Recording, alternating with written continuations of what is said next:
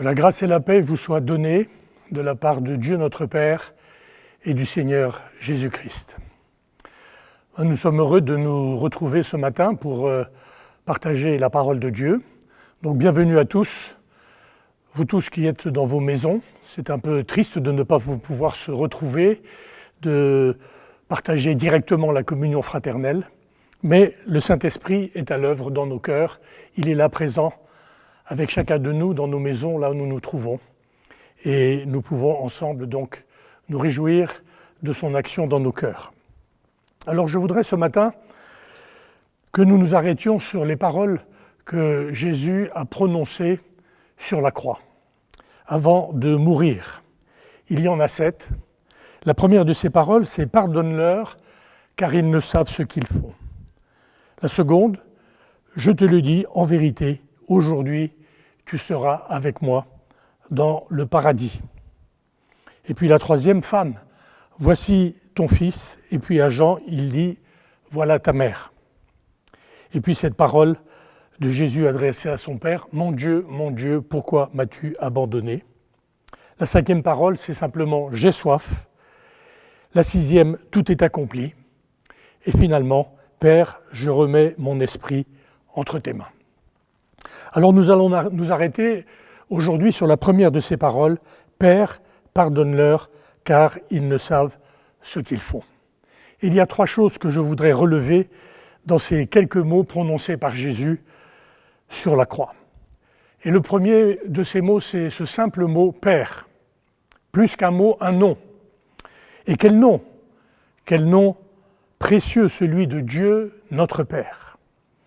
Et ce nom nous révèle l'humanité de Jésus, l'intimité de Jésus plutôt avec son Père.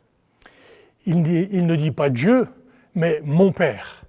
Il parle de cette proximité qu'il a avec son Père, un Père accessible, un Père à l'écoute. C'est ça le rapport que nous avons avec notre Père, n'est-ce pas?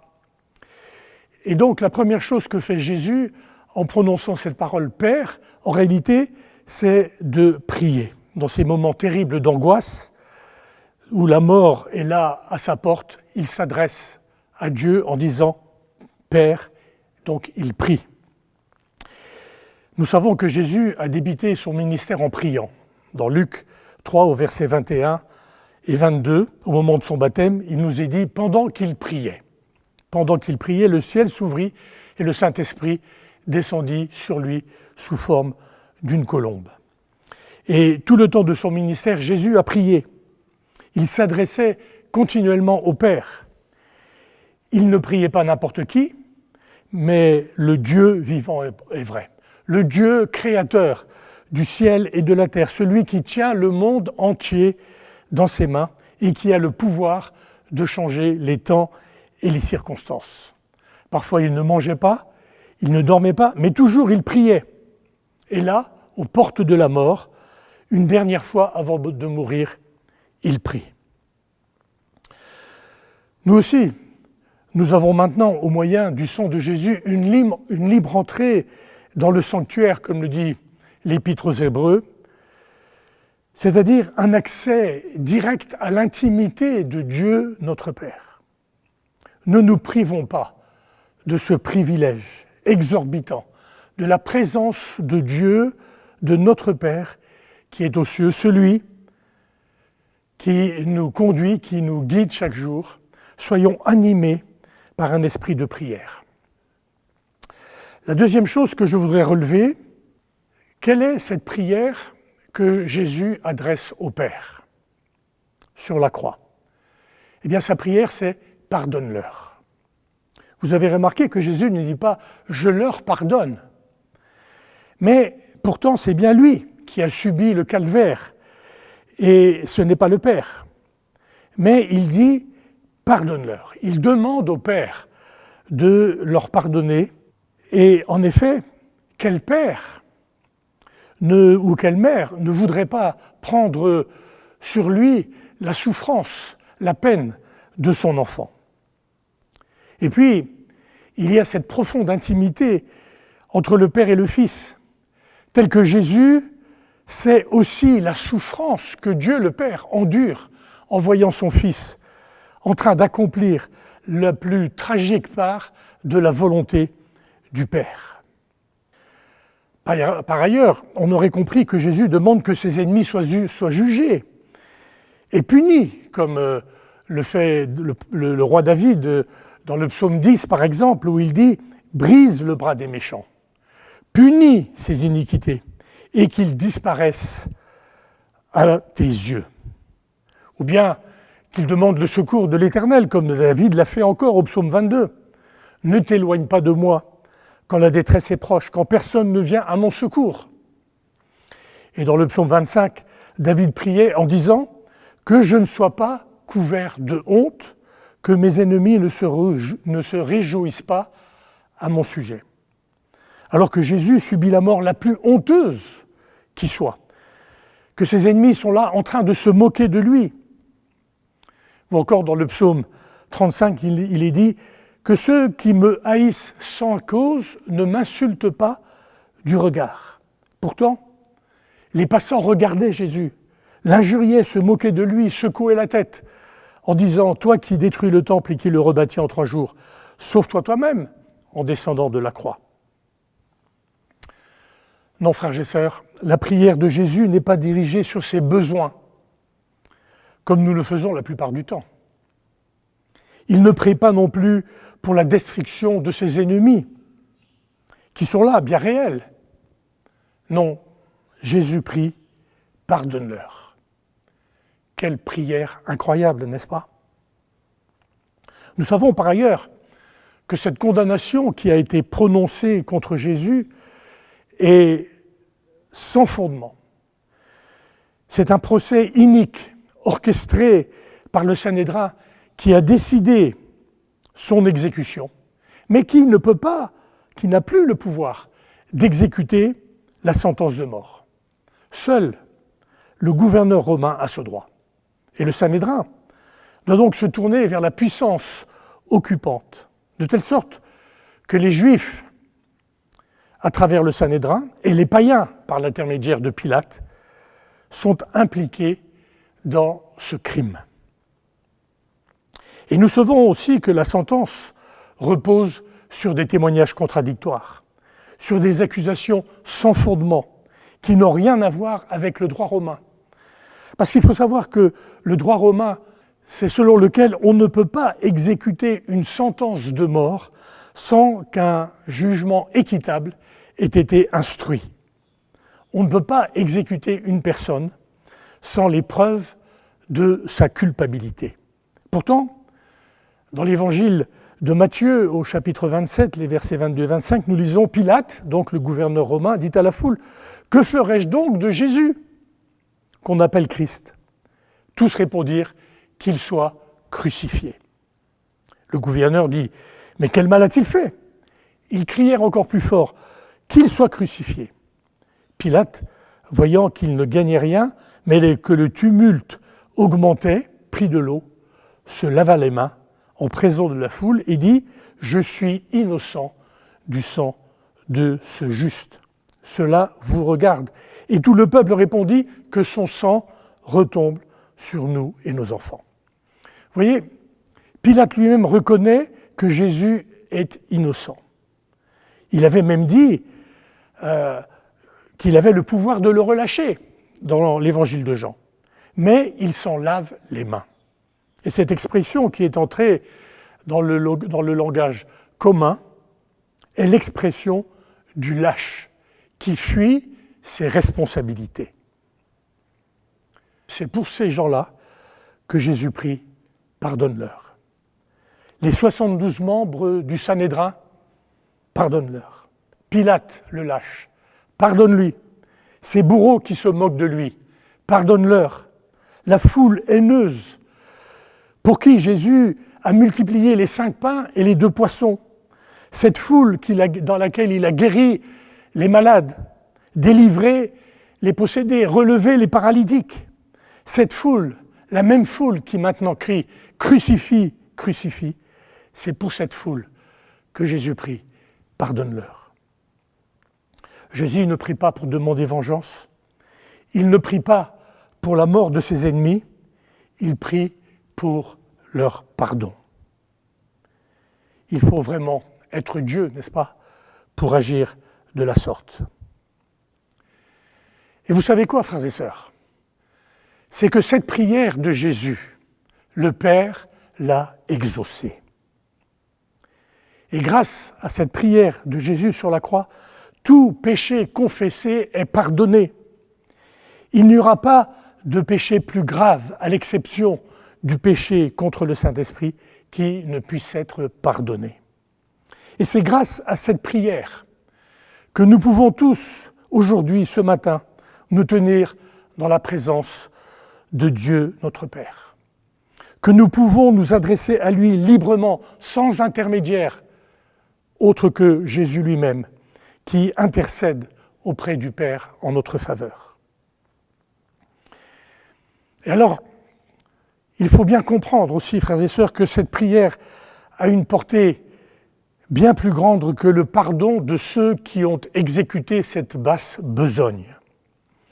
Cette prière va jusqu'au fond des âges. Elle englobe tout le passé jusqu'à Adam. La prière de la croix touche les prophètes de l'Ancien Testament, touche tous les rois, comme David, les patriarches, Abraham, Isaac, Jacob, la multitude d'autres pécheurs qui, par la foi, ont vu et salué de loin, comme le dit l'Épître aux Hébreux, le salut annoncé par Jésus-Christ qui ôte le péché du monde. Telle est la portée de cette prière. Mais cette prière aussi a une portée vers l'avenir. Au moment où Jésus prie « Pardonne-leur », il se tourne vers les siècles à venir. Il pense aux pécheurs, comme Pierre avec son reniement, à Jacques, à Jean, à tous les disciples qui l'ont abandonné, les 3000 de la Pentecôte, Saul de Tarse, ce persécuteur zélé, tous les grands hommes qui ont traversé les siècles, les pères de l'Église, Luther, Calvin, tous les évangélistes qui ont parcouru et qui parcourent encore le monde pour annoncer la bonne nouvelle. Et tous les croyants anonymes de ce temps de la grâce dans lequel nous vivons.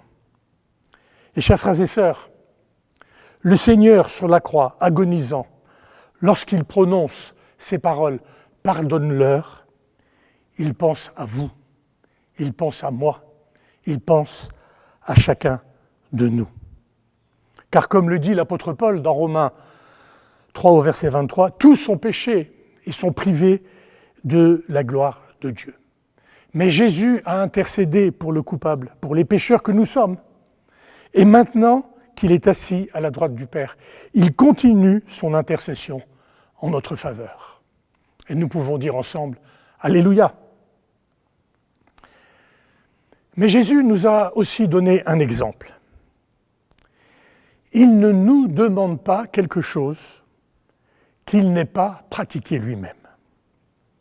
Il a enseigné à ses disciples, en leur disant dans Matthieu 6 au verset 15, « Si vous ne pardonnez pas aux hommes, votre Père ne vous pardonnera pas non plus vos offenses. » Et nous qui sommes les enfants de Dieu, nous n'avons d'autre choix que de pardonner. C'est un impératif qui nous est donné par Jésus, non pas parce qu'il le dit, mais surtout parce qu'il l'a fait. Il a pardonné ceux qui l'ont offensé. Alors, comment pourrions-nous ne pas pardonner à ceux, à notre tour, qui nous ont offensés? Alors bien sûr, l'offense laisse des traces. Comme pour Jésus, les traces de l'offense se lisent dans ses mains percées, dans ses pieds, dans son côté. Il se peut qu'il y ait encore quelques blessures douloureuses qui subsistent dans votre cœur. Il est même possible que certaines traces ne s'effacent jamais. Mais même la douleur n'est pas le signe du non-pardon. Et elle ne doit pas nous empêcher de pardonner. Sinon, notre Père ne nous pardonnera pas non plus. Et la troisième chose que je voudrais souligner, ce sont les dernières paroles de cette prière. Car ils ne savent pas ce qu'ils font. Et en plus, Jésus trouve encore des arguments pour défendre tous ces assassins, pour plaider leur cause auprès de Dieu. Ils ne savent pas ce qu'ils font. Pour défendre ce qui est innommable, impardonnable, ils ne savent pas ce qu'ils font. Lui qui est condamné injustement se place dans la position de l'avocat qui cherche des arguments pour défendre son client. Ils ne savent pas ce qu'ils font. C'est juste incroyable, un tel argument dans la bouche de Jésus et dans de telles circonstances. Mais cependant, malgré tout l'amour dont le Seigneur fait preuve dans cette prière, l'ignorance ne nous décharge pas de notre responsabilité, elle n'excuse pas nos fautes. Voyez-vous, si vous commettez une infraction au code de la route, vous pouvez toujours argumenter en disant « je n'ai pas vu le feu rouge ». N'empêche que s'il y avait eu un accident, votre responsabilité était engagée et que votre faute devra être expiée par le paiement d'une amende. Alors, comment expier notre faute devant le Père ? En reconnaissant notre culpabilité, par la repentance. Et le seul moyen qui nous est donné, c'est le sang de Jésus qui a coulé pour nous laver de tous nos péchés. Mais quelle est donc cette ignorance des Juifs qui ne savent pas ce qu'ils font ? Ils ignoraient que cette crucifixion était celle de Jésus, venu dans une chair semblable à la nôtre. Ils n'ont pas reconnu la personne du Fils de Dieu. Ils n'ont pas reconnu la sagesse de Dieu qui envoie son Fils mourir pour le salut de l'humanité. Sagesse qu'aucun des chefs de ce siècle n'a connue, car s'il l'avait connue, il n'aurait pas crucifié le Seigneur de gloire, nous dit l'apôtre Paul dans 1 Corinthiens 2 au verset 8. Mais encore plus, ils ignoraient l'énormité de leur péché. Ils ne voyaient pas ce peuple aveugle, l'étendue, l'ignominie de l'infamie de leur action. Et à la croix, Jésus priait pour ces méchants qui ne savaient pas ce qu'ils faisaient. Et nous aussi, nous étions de leur nombre, dans l'ignorance, jusqu'à ce que la lumière du Saint-Esprit éclaire nos ténèbres. Et c'est ce que nous dit l'apôtre Paul en Romains 5 au verset 6 et 7, alors que nous étions encore sans force, que nous étions dans l'ignorance, Christ est mort pour des pécheurs. À peine accepterait-on de mourir pour un juste. Peut-être quelqu'un irait jusqu'à mourir pour le bien, mais Dieu prouve son amour envers nous, en ce que lorsque nous étions encore des pécheurs, lorsque nous étions encore des ignorants, Christ est mort pour nous. À la croix, Jésus priait pour ces méchants que nous étions et qui ne savaient pas ce qu'ils faisaient. Mais maintenant, nous savons. C'est pourquoi nous devons nous garder du péché. Parce que lorsque nous péchons volontairement, nous enfonçons un peu plus la couronne d'épines dans le front de Jésus. Nous enfonçons un peu plus profondément les clous dans ses mains et dans ses pieds, la lance dans son côté. N'oublions pas, frères et sœurs, les gens de l'église de Laodicée ne savaient pas non plus ce qu'ils faisaient. Ils ne savaient pas qu'ils étaient malheureux, misérables, pauvres, aveugles et nus, comme le dit le texte de l'Apocalypse. Alors le Seigneur propose une solution, justement, au chapitre 3, au verset 18 d'Apocalypse, en disant « Je te conseille d'acheter de moi de l'or éprouvé par le feu, afin que tu deviennes riche, et des vêtements blancs afin que tu sois vêtu et que la honte de ta nudité ne paraisse pas, et un collier pour oindre tes yeux afin que tu vois. Et ce conseil s'adresse à nous aussi. Et cela signifie, nous dit le Seigneur, reste attaché à ma personne, persévère dans la prière, ne te laisse pas dominer par le mal, sois fidèle jusqu'à la mort, et je te donnerai la couronne de vie. Apocalypse 2:10. Amen.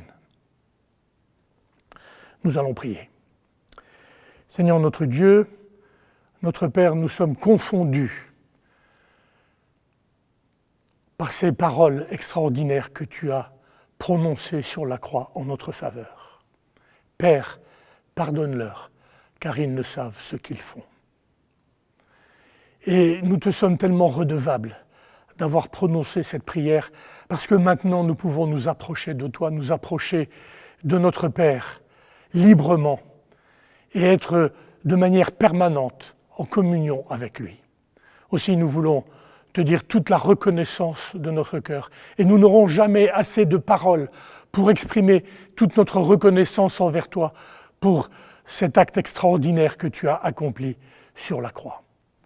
Et nous voulons bénir ton nom et te dire avec nos faibles mots, nous te louons et nous t'adorons au nom de Jésus. Amen. Et en terminant, je voudrais que nous écoutions ensemble ce chant qui dit « Entends mon cœur ». Les mots sont trop faibles pour dire tout l'amour que j'ai pour toi, mais entends mon cœur. Et en terminant, je voudrais juste vous donner cette parole de bénédiction que nous trouvons dans la parole de Dieu. Que l'Éternel te bénisse et qu'il te garde. Que l'Éternel fasse luire sa face sur toi. Qu'il t'accorde sa grâce. Que l'Éternel tourne sa face vers toi et qu'il te donne la paix. Amen. Que le Seigneur vous bénisse.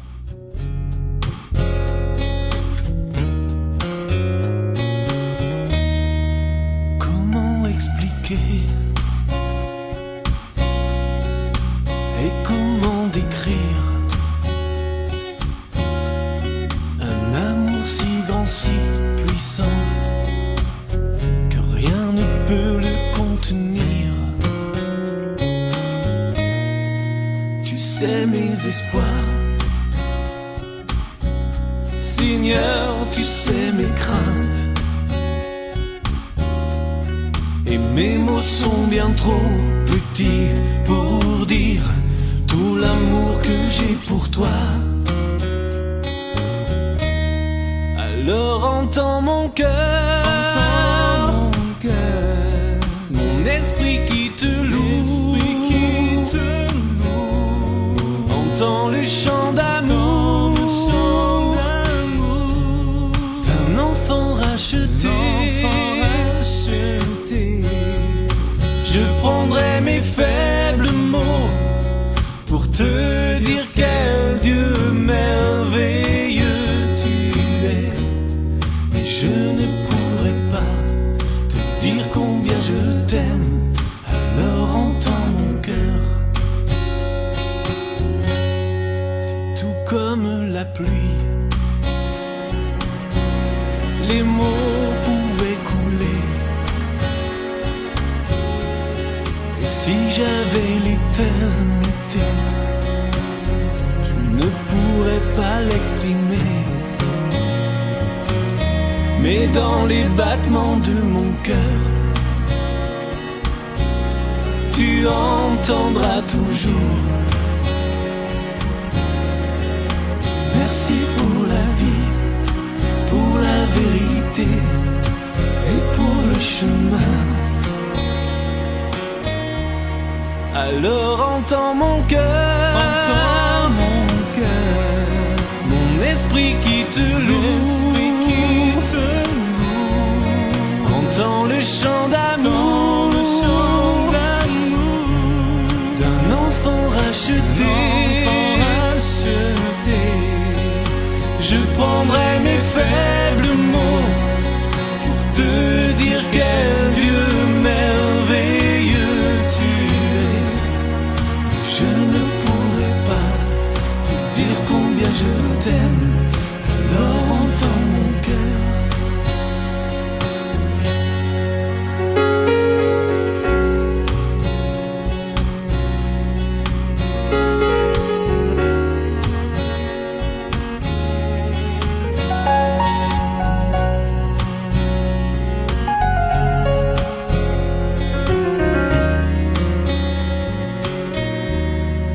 Tu sais nos espoirs, Seigneur, tu sais nos craintes, et nos mots sont bien trop petits pour dire tout l'amour que nous avons. Alors entends nos cœurs, nos esprits qui te louent, entends les chants d'amour, tout est racheté.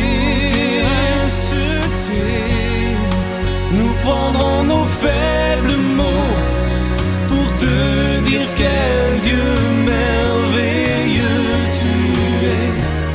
Mais nous ne pourrons pas te dire tout notre amour, alors entends nos cœurs. Non, nous ne pourrons pas te dire tout notre amour, alors entends nos cœurs.